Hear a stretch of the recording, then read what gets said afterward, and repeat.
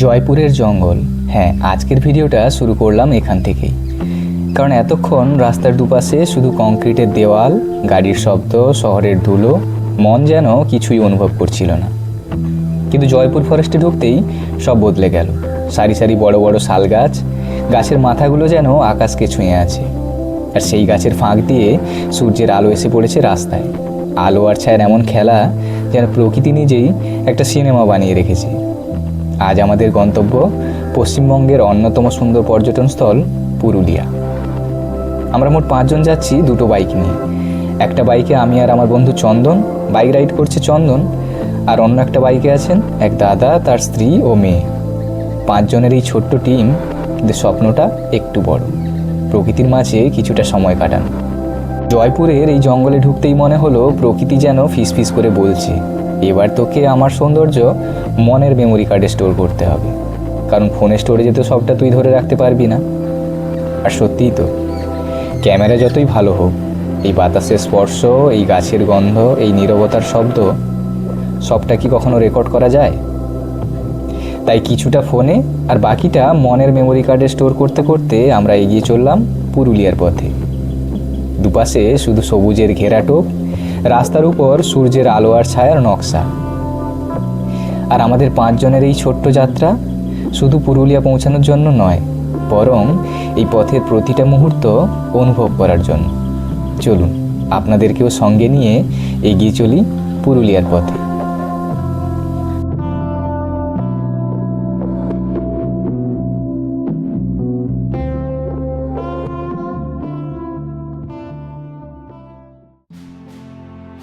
জয়পুরের এই রাস্তা ধরে যেতে যেতে হঠাৎই চোখে পড়ল জঙ্গলের ভেতর দিয়ে চলে গেছে একটা সরু মেঠো পথ। রাস্তা যেন ডাক দিচ্ছিল, চলো একটু অন্যরকম পথে যাই। আর সত্যি বলতে অ্যাডভেঞ্চারের লোভ কি সামলানো যায়? তাই আমরাও ঠিক করলাম এই পথটাই ধরা যাক। দুই দিকে গাছের সারির মাঝ দিয়ে ঢুকে পড়লাম সেই মাটির রাস্তায়। বাইকের চাকার নিচে শুকনো পাতা চাপা পড়ার শব্দ, চারপাশে ঘন জঙ্গল। মনে হচ্ছিল আমরা যেন প্রকৃতির এক অচেনা অধ্যায়ে ঢুকে পড়েছি।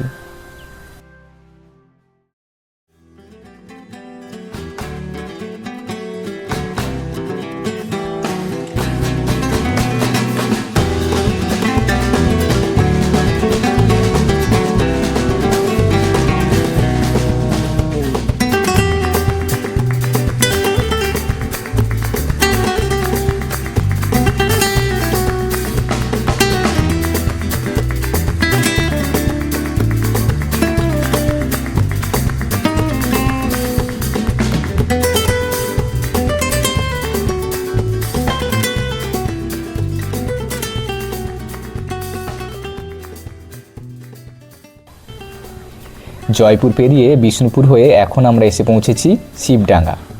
আর এই জায়গাটা যেন চারদিকের এক মিলনস্থল। এখান থেকে ডান দিকে 22 কিলোমিটার গেলে বাঁকুড়া, বাঁ দিকে 38 কিলোমিটার গেলে সারেঙ্গা, আর সোজা সামনে 46 কিলোমিটার গেলে মুকুটমণিপুর।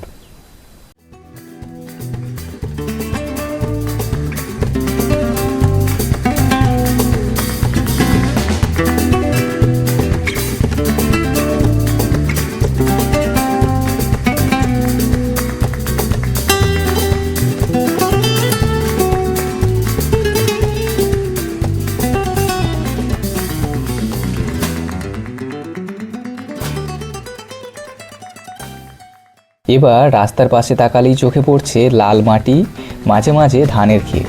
শীতের রোদে সোনালি রং যেন আরও উজ্জ্বল হয়ে উঠেছে। আর শীতকাল মানেই রাস্তার ধারে একটা বিশেষ দৃশ্য, কি বলুন তো? হ্যাঁ, খেজুরের গুড় তৈরির ছোট ছোট অস্থায়ী জায়গা। যেতে যেতে দাঁড়িয়ে পড়লাম এমনই এক জায়গায়। দেখুন কিভাবে গাছ থেকে নামানো খেজুরের রস বড় কড়াইয়ে জাল দিয়ে ধীরে ধীরে গাঢ় হয়ে উঠছে। সেই রসের বাষ্পে চারপাশ ভরে গেছে এক অদ্ভুত মিষ্টি গন্ধে। ওহ, খাঁটি গুড়ের সেই গন্ধে মনটা একেবারে ভরে গেল। আর এই দেখুন গাছ থেকে কিভাবে হাঁড়ি করে খেজুরের রস নামানো হয়, প্রকৃতির একদম সরাসরি উপহার।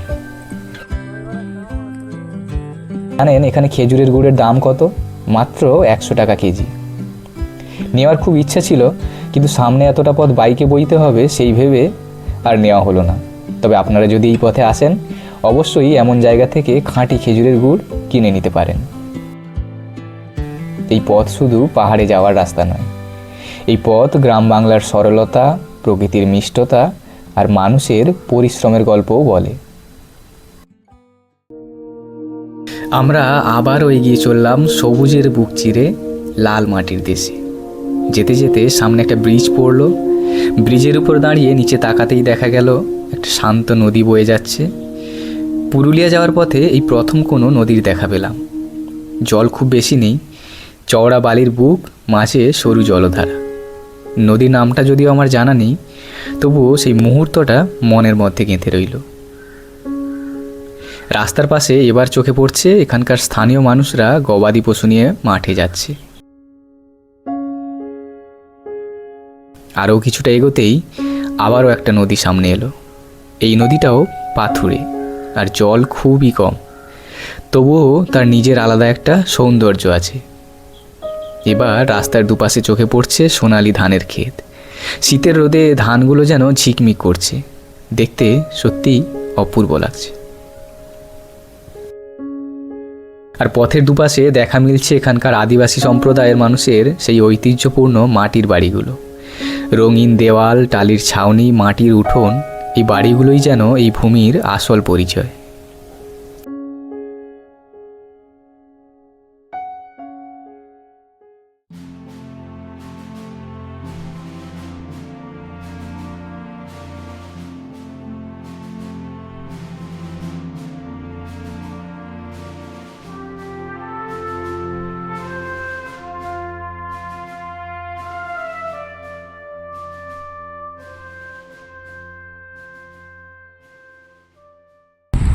যে রাস্তাটার কাছে দেখুন কি সুন্দর কাশফুল হয়ে আছে, আর এদিক থেকে জল কীভাবে দেখুন এপারে এই ঝর্ণার মতো জল কিনতে পারে।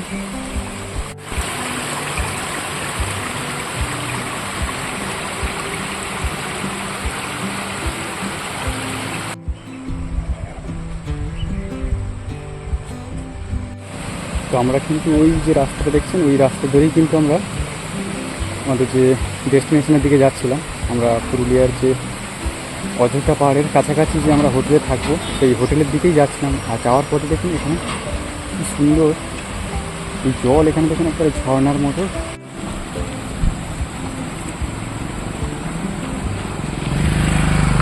জলের ফ্লোটা দেখুন কি সুন্দর লাগছে দেখতে। তিনি এখানকার এক স্থানীয়, উনি আমাদের বললেন যে এটা হচ্ছে একটা নদী এবং এই নদীটার নাম হলো কুমারী নদী। বর্ষার সময় জলের ফ্লোটা অনেক বেশি হয় না? অনেক হয় এখানে, মানে এর উপর দিকে জল চলে যায় ব্রিজের উপর থেকে। বর্ষা বেশি হলে আপনার বাড়ি কি কাছাকাছি এখানে? কাছাকাছি এখানে আপনার বাড়ি? আমার বাড়ি এই কাছাকাছি এইখানে ওই যে শিব মন্দির বেড়াতে বলে। আচ্ছা আচ্ছা। মেন রোডের সাইডে এই পাহাড় দিয়ে রাস্তা, পাহাড়ে উঠতে হবে তাই তো? উঠবে তো ভাই? হ্যাঁ, গাড়িও যায় না? হ্যাঁ গাড়ি রাস্তা আছে। আপনি কি কাজ টাজ করে ফিরছেন নাকি? না না না, কাজ না, এমনি যাচ্ছি। ওইখানে একটা হাট লাগে। আচ্ছা আচ্ছা এই আগের গ্রামটায়। আচ্ছা। আপনারা শিকারে যান নাকি এখানকার স্থান যান? বাহ, এই থাকে 10-12 জন মিলে একটা একসাথে একসাথে যান তাই তো? বাহ, একটা শিকার হয় আমাদের অযোধ্যা পাহাড়ের ওদিক থেকে। আচ্ছা। তাছাড়া আমাদের এগুলো কোনো শিকার থেকে নেই। হরিণ শিকার মানে সরকার থেকে কোনো ইয়ে করে না? হরিণ শিকার করলে শুকরটা হয়তো শিকার করেন, ঠিক আছে। হরিণ বা সেইদিন কিন্তু মানে কোনো অসুবিধা নেই। আচ্ছা শিকারের দিন, পূর্ণিমার দিন শিকারটা হয় তো? হ্যাঁ পূর্ণিমার দিন। আচ্ছা আচ্ছা, মানে সারা বছর কিন্তু তাহলে হয় না, কোনো একটা নির্দিষ্ট দিন তাই তো? সারা বছর হয় না। বুঝলাম বুঝলাম। সারা বছর হরিণ যদি ধরে মানুষ তো হরিণ থাকবে। হ্যালো চলে চলে। ঠিক আছে, ভালো লাগলো। হ্যাঁ, কথা বলে ভালো লাগলো। দেখে তো আপনাদের জায়গাটা ভালো লাগলো।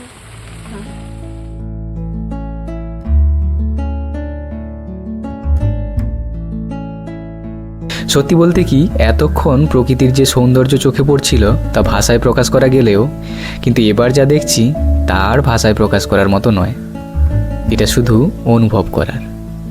তাই চলুন এই পথের বাকি সৌন্দর্য শব্দহীন অনুভবে প্রকাশ পাক।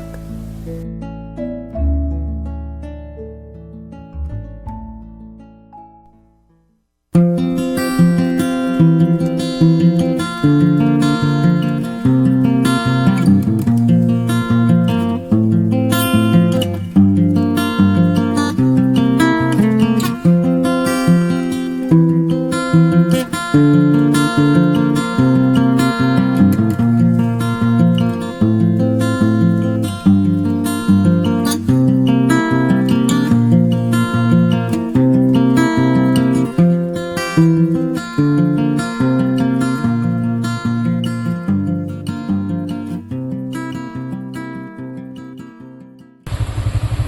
একটা নদী, ছোট্ট একটা নদী কিন্তু, যেটা আমাদেরকে ক্রস করতে হচ্ছে। এটাই তো আমিও তো ভাবছি কি স্লিপ হবে কি না? ইয়ে কর, ওই এটা তো এমনিতে গাড়ি ছাড়া তো যেতেও পারবে না, এটা তো সঙ্গে নিয়ে যেতে হবে।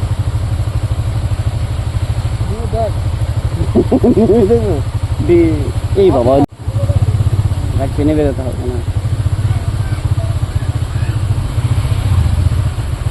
তো আমরা বুঝতে পারছিলাম না যে এটাতে বাইকটা কোনোভাবে স্লিপ করবে কিনা, তো সেই জন্য একটুখানি এখানকার স্থানীয় যে মানুষ, ওখানে দেখুন অনেকেই কেউ জামা কাপড় কাচ্ছে, কেউ স্নান করছে, তো ওনাদের কাছ থেকে কনফার্ম হয়ে গেলাম যে গাড়িটা এখান থেকে নিয়ে যাওয়া যাবে কিনা।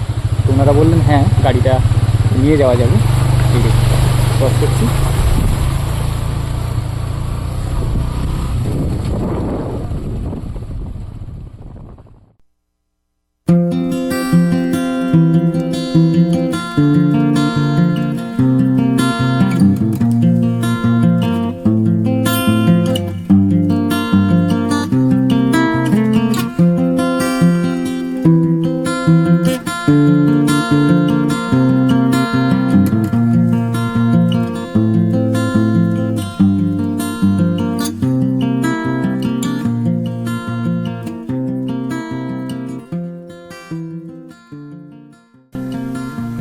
সব কিছুই ঠিকঠাকই চলছিল, কিন্তু হঠাৎ করেই আমরা একটা বড় ভুল করে ফেললাম।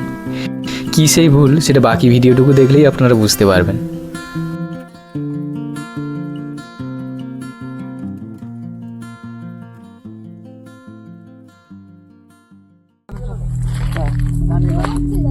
হেঁটে হেঁটে পাহাড়ের এতটা উঁচুতে আমরা উঠে এসেছি, আর বাইক নিয়ে উপরে উঠতে খুবই কষ্ট হচ্ছে, আর ভয়ও লাগছে। মানে পাহাড়ের যে ঢালগুলো এতটাই খাড়াই, জাস্ট ভাবতেই পারিনি। পাহাড়ের এই ভিউগুলো দেখুন, এত সুন্দর ভিউ, তবে যা ভয় লাগছে খাড়াই ঢালগুলোতে।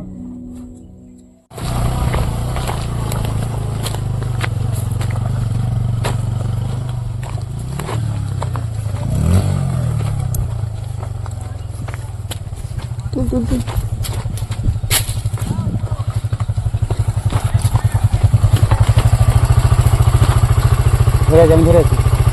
ওই পারবে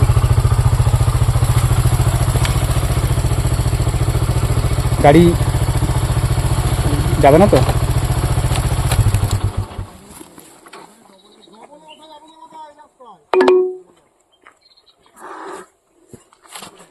Head southeast. না, কিছু হয়নি মনে হয়। ডবলে যাওয়া যাবে না, সিঙ্গেলে আস্তে আস্তে করে উঠে যাও ঢালগুলো। এদিকে পাটা রাখতে পারিনি, টেনে বেরিয়ে যাবে, পা রাখার কোনো ব্যাপারই নেই। ফলো রাখবে শুধু রাস্তাটা, যে কোনখানে চাকাটা ফেলবো, আর টেনে তুলে নেবে। চাপো, চেপে তোলো পুরো 1 নম্বরে লাগিয়ে। 1 নম্বরে রাখ, 1 নম্বরে, 1 নম্বর ছাড়া 2 নম্বরে যাবে না গাড়ি। 1 নম্বরে লাগাও।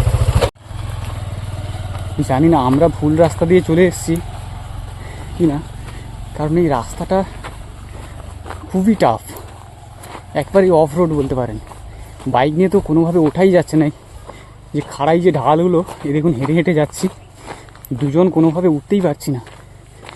চন্দন তো বাইক নিয়ে পড়েই গেল। জানি না স্মুথ কোনো রাস্তা রয়েছে কিনা, জানি না এই রাস্তাগুলো দিয়ে কীভাবে মানুষজন গাড়ি নিয়ে ওঠে। এই যা এক্সপিরিয়েন্স হচ্ছে না, ভাবতেই পারিনি যে এরকম টাফ সিচুয়েশনের মধ্যে পড়তে হবে। পাহাড়ের যে খাড়াই ঢালগুলো বেয়ে গাড়ি নিয়ে ওঠাটা যে কতটা রিস্কি, মানে সেটা, আমি তো গাড়ি চালাচ্ছি না, চন্দন গাড়ি চালাচ্ছে, আমি পেছনে বসেছিলাম। জাস্ট ভয় যা লাগছে, মানে কী বলবো, বিশাল টাফ রাস্তা, একেবারে অফ রোড বলতে পারবো। এখন এই কিছুটা রাস্তা হেঁটে হেঁটে উঠছি। এরকম সিচুয়েশনে পড়বো কখনো আশাই করিনি। চন্দন ভাই,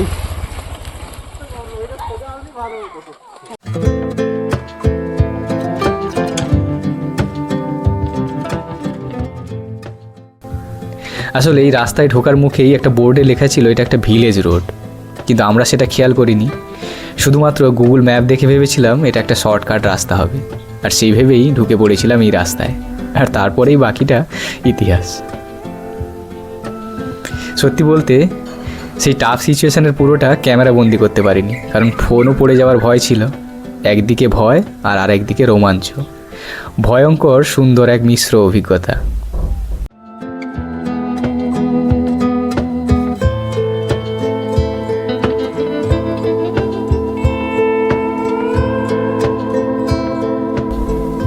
কিন্তু শেষ পর্যন্ত সব চ্যালেঞ্জ পার করে আমরা পৌঁছে গেলাম অযোধ্যা পাহাড়ের উপর। আগে থেকেই বুক করা ছিল আমাদের হোটেল, মাত্র 400 টাকায় একটা রুম। এত কম বাজেটে পাহাড়ের উপর থাকা একটা আলাদা অনুভূতি। এই হোটেলের room tour, online booking process আর পুরুলিয়ার বিভিন্ন ঘোরার জায়গার সম্পূর্ণ ভিডিও আমার চ্যানেলে রয়েছে, লিঙ্ক ডেসক্রিপশনে দিয়ে দিচ্ছি, আপনারা দেখে নিতে পারেন। তো বন্ধুরা, ভিডিওটি যদি ভালো লেগে থাকে তাহলে চ্যানেলটিকে সাবস্ক্রাইব করে পাশে থাকবেন। দেখা হচ্ছে পরবর্তী আরেকটি নতুন ব্লগ ভিডিওতে। ততক্ষণের জন্য সবাই সুস্থ থাকুন। শুভরাত্রি।